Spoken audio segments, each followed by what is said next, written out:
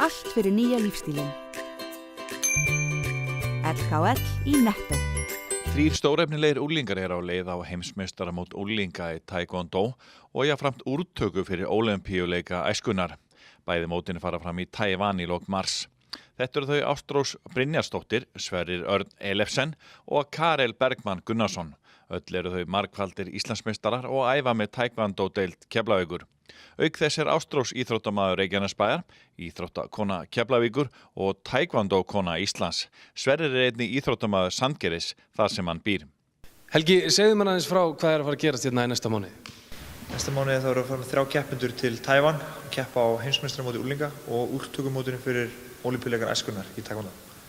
Þetta eru Karel, Sverrir og Ástrós og þau eru öll með hluta landsliðinu, búin að vera í nokkuð tíma og með svartbelti í Taekwondo og búin að vera þjálfaðir sem voru bara 7 ára gömul og svoleiðis.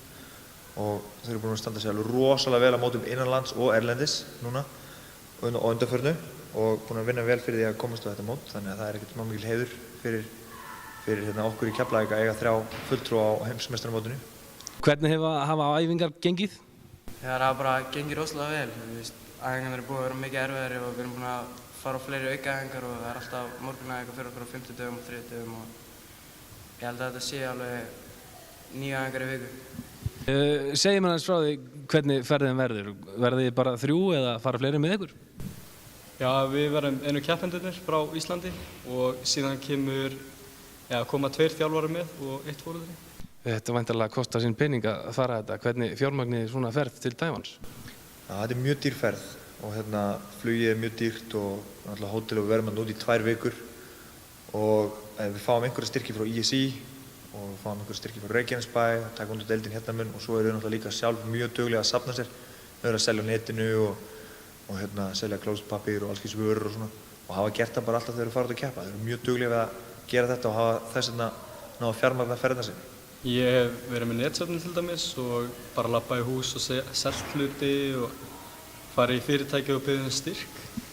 Við bara fara á milli fyrirtækja í Sandgerði og Keflavík og bara biðja styrki og síðan ISI líka að styrkja það sem að fara á Youth Olympics eða trial.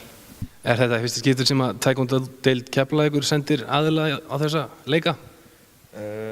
Á úrtökuna fyrir Ólympíuleika æskunnar, já, en ekki í fyrsta skipti á heimsmeistaramót. Við vorum fyrir 2 árum, þá vorum við með Kristmundur Gíslason keppti á heimsmeistaramótinu sem þá var haldið í Egyptalandi, heimsmeistaramót unglinga og lenti þar í 5. sæti og Kristmundur er núna Taekwondo Karl Keflavíkur, var valinn þar núna áramótin og það er alveg fullilega skilið. Það er mjög líklega einn besti árangur sem að Taekwondo-deildin hefur átt, er 5. sæti á heimsmeistaramóti. Það var í kringum 30 keppendur í flokkum hans þá. Nú ég sem algjör leikmaður veit ekkert hvernig Taekwondo fer fram eða hvernig þið vinnið bardaga. Segðu mér kannski aðeins frá því, hvernig safnar maður stigum og hvernig er hægt að vinna Taekwondo bardaga? Já, ef þú gerir bara, hreint bóðaspark, bara beint spark í brynna, þá færðu 1 stig. Ef þú gerir snúningsspark í brynna, þá færðu 2 stig. Ef þú gerir bara hreint spark í haus, bara venjulegt, bóðaspark, þá færðu 3 stig og ef þú gerir, snúningsspark í haus, þá færðu 4 stig. Er þetta hættuleg íþrótt? Nei, þetta er, maður meiðist aldrei, það var bara óheppinn, það gerist stundum, en þetta er ekkert hættulegt. Hvað er Taekwondo? Taekwondo, þetta er kórist, svona bardagaíþrótt, stundum kallað sjálfstæða íþrótt. Hún er keppt í þessu Ólympíuleikunum, þetta er Ólympíugrein og það er svona svolítið hvers og eins sem er að æfa að skilgreina fyrir sjálfa sig hvað það er. Það fyrir að þeir æfa sumir sem líkamsrækt, sumir finnst þetta góður félagsskapur, sumir vilja læra einhverja sjálfsvörn og sumir langar til þess að keppa, sumir langar til þess að bara ná árangri á hinum ýmsu sviðum, bæta sjálfstraustið eða einbeitinguna eða eitthvað svoleiðis. Þannig að þetta getur í raun og veru verið það sem hver og einn ákvarðar fyrir sjálfan sig.